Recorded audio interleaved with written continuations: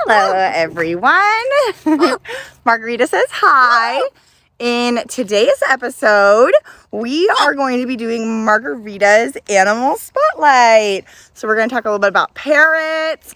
We're going to talk about Margarita's rescue story. And it's going to be a lot of fun.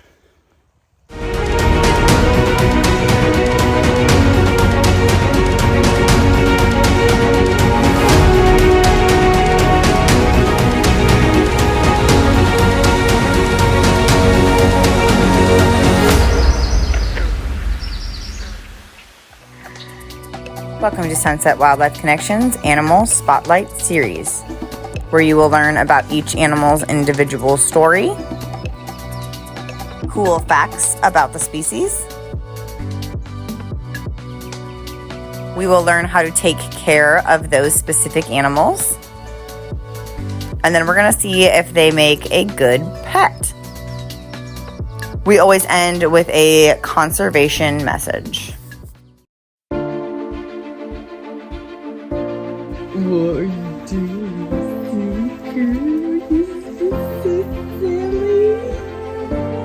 Meet Margarita, the Harlequin macaw. Margarita was hatched in 1989, so she is 34 years old as of the making of this video.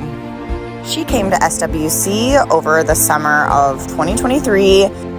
Somewhere along the way, someone cut Margarita's wings and damaged the wings so much that now she is unfortunately unable to fly. However, that doesn't stop her. She is still beautiful, smart, and an incredible animal. Now, Margarita gets to be an ambassador for her species and teach others not only about parrots and macaws, but about why we have to think about what we do with our animals to make sure that they are happy, healthy, exercised, enriched. This beautiful bird has been through so much, but we are so grateful that we can now care for her at our facility for the rest of her life. She will never have to bond with another human. She will never have to fight for food. She will always be loved, cared for, and will have a forever home at SWC. Now let's learn a little bit more about parrots. Margarita is a Harlequin macaw. Harlequins are a mixed species of macaw created by humans. So she is a mix of a green-winged macaw and a blue and gold. Macaws are one of the largest species of parrots that originate from South America. They are common in the pet trade, but they live for a very long time. They can live anywhere from 70 to 80 years old. Now, what makes a parrot a parrot? One thing is their very large beaks. Macaws again have one of the largest beaks, but all parrots, including budgies, conures, all have that similar beak shape with the round nose and the underneath jaw, and this is so that they can break open things like nuts. They have a very strong bite force. Later in this video, I'm going to actually show you where Margarita actually bit me, and it hurts a lot. So this is how I hold macaws.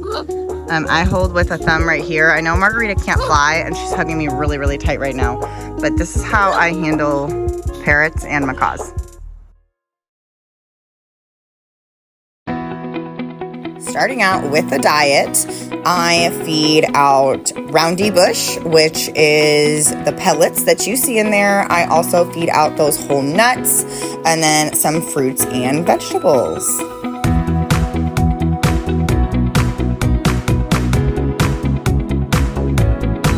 Check out Margarita as she uses her strong beak to crack open the nuts.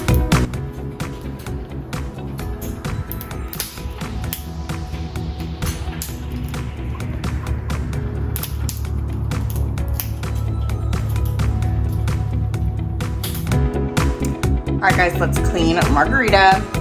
Today I'm going to be doing a deep clean, so let's get started.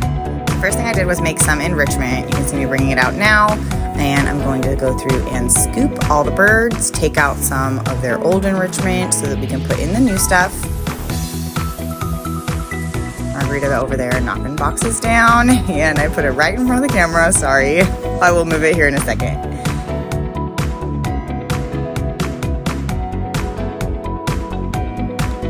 Now you're going to see me in the background going to turn the hose on so that I can start spraying down each enclosure. Then I'm going to take our cleaning agent, which we use chlorhexidine that is diluted, and I'm going to scrub each parrot. I'm going to spray even some of their perching, some of the siding, and take a smaller scrub brush and scrub those down as well. I did do all of the other parrots, but this is Margarita's spotlight, so I mostly just showed you me cleaning her enclosure.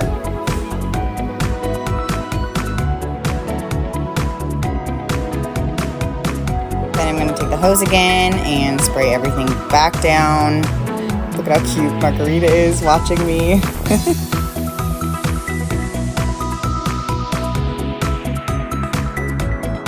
See me talking to one of our interns here for just a minute as she asks me some questions. Now I'm going to go through and squeegee Margarita and all of the other birds. Then we're going to add in the new enrichment that I just made to each parrot.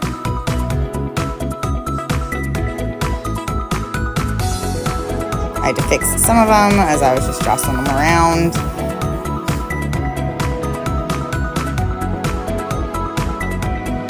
Now I'm going to change some of the waters for whoever needed a water change. The macaws can get kind of messy because they put all kinds of stuff like paper and cardboard in their waters.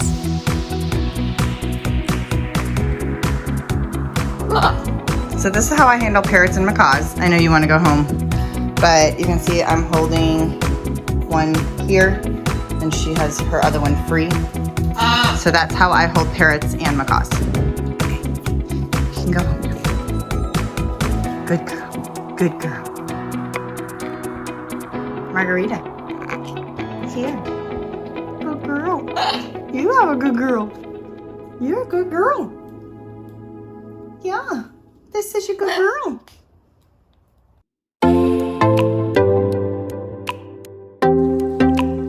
Okay, so we've got Margarita here. We're going to talk a little bit about why parrots, I think, personally do not make very good pets. People have parrots a lot.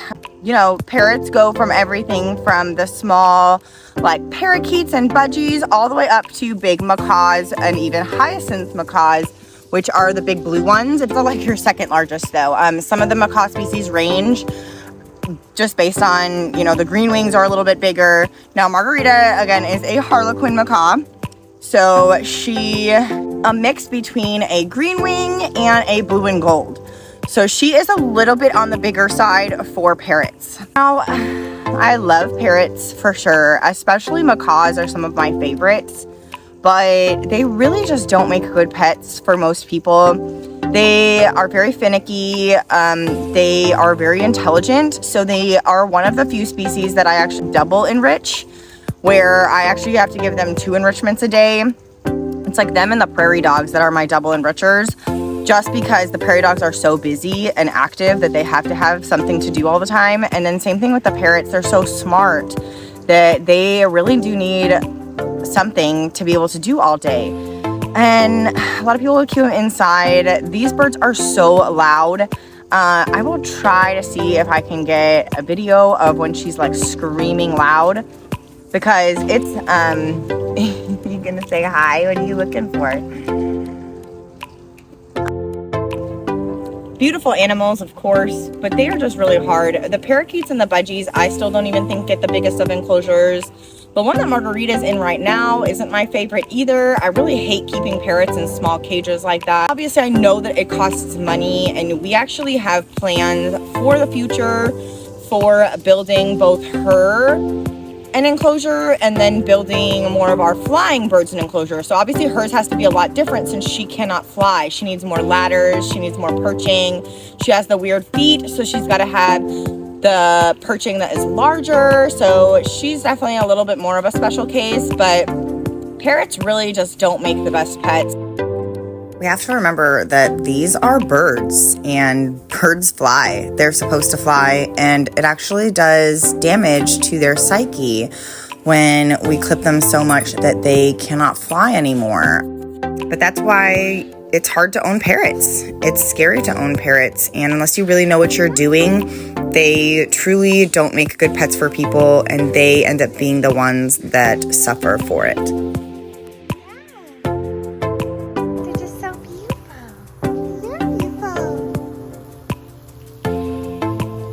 So another reason parrots don't make good pets is they have a really mean bite. Margarita actually did this to me about 5 days before the filming of this video, so not great. Not my selection for a good pet. We've had Deuce, one of our pet parrots, for a long time, and he is just so loud. I want him out of the house ASAP to try to build them all something bigger, of course, too, but probably would say like 2 out of 10 for a pet for these guys. 2 out of 10. Love you though. I love you. You're such a good girl. Love you. So let's talk a little bit about parrot conservation next. So parrot conservation. What I want to talk to you guys today is a little bit about wildlife trafficking, actually. I know that's like a heavy topic to talk about, but I think that it's really important. Something that I talk about a lot in our encounters or doing other things is I will talk a lot about ethical pet ownership and obviously pet responsibility, of course, right? But I talk a lot about the ethics behind pet ownership. When it comes to wildlife trafficking, most parrots are bred in, you know, their respective countries, wherever you're getting them from. So Margarita was probably born, I can almost guarantee that she was born here in America.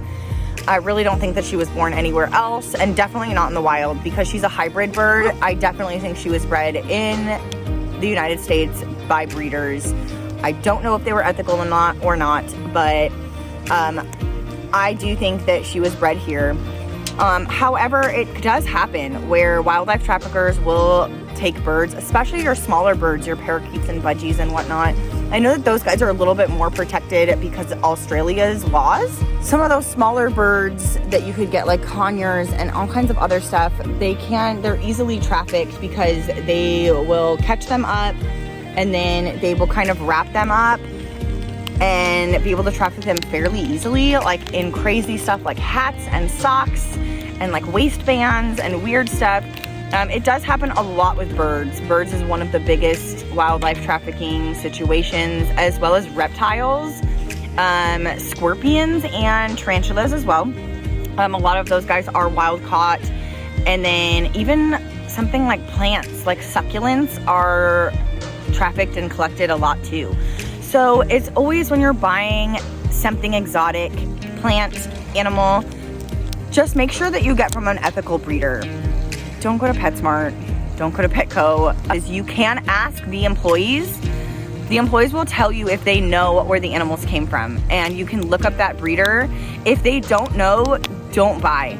That's kind of your rule. Obviously, I know we want to like save the animals, but if you're purchasing from a place like that, or they didn't breed that animal and they don't know who did, it's probably not a good situation. And even though it is so sad and that animal suffers, it's better to not purchase and to actually go with an ethical breeder, because those are the people that we want to be breeding our exotic animals for us, because an ethical breeder is going to keep in mind not just the colors and the beauty of your animal, they're going to try to keep in mind the health as well and breed for health reasons. I've had a lot of animals that I will not breed because of health issues, because I know that that animal has health issues. So why would I breed an animal who's unhealthy, who could have unhealthy babies and breed bad genetics? It just doesn't make sense. And so that's something that I like to talk to people a lot about, not just wildlife trafficking, but where you get your animals from. Check out a rescue, of course, first. Make sure that there's no rescued animals, especially parrots, because they live so long. There's a lot of parrot rescues out there. So instead of buying one or purchasing one, you could always contact a rescue first. But if you do want to get a baby bird, I understand the bonding experience with a baby is a lot different than it is with an adult. I obviously have bonded with Margarita here. She's been bonded with a lot of other people before. It does take some time to gain their trust, but it's a totally different experience than buying a baby. So if you are going to buy a baby, please make sure you're going with an ethical breeder. If not, and if you really want a parrot still, even though I said they're a 2 out of 10, that's okay. There is going to be those few of you who definitely want a parrot. Just go with either a rescue or an ethical breeder. Right, Margarita? Yeah? Yeah? I love you. I do. You're such a good girl.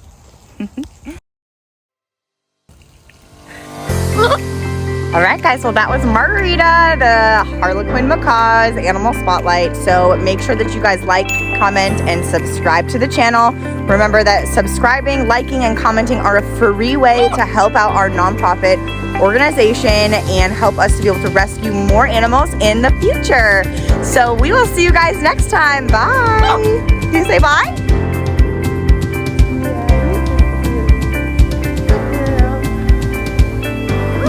Yeah. You're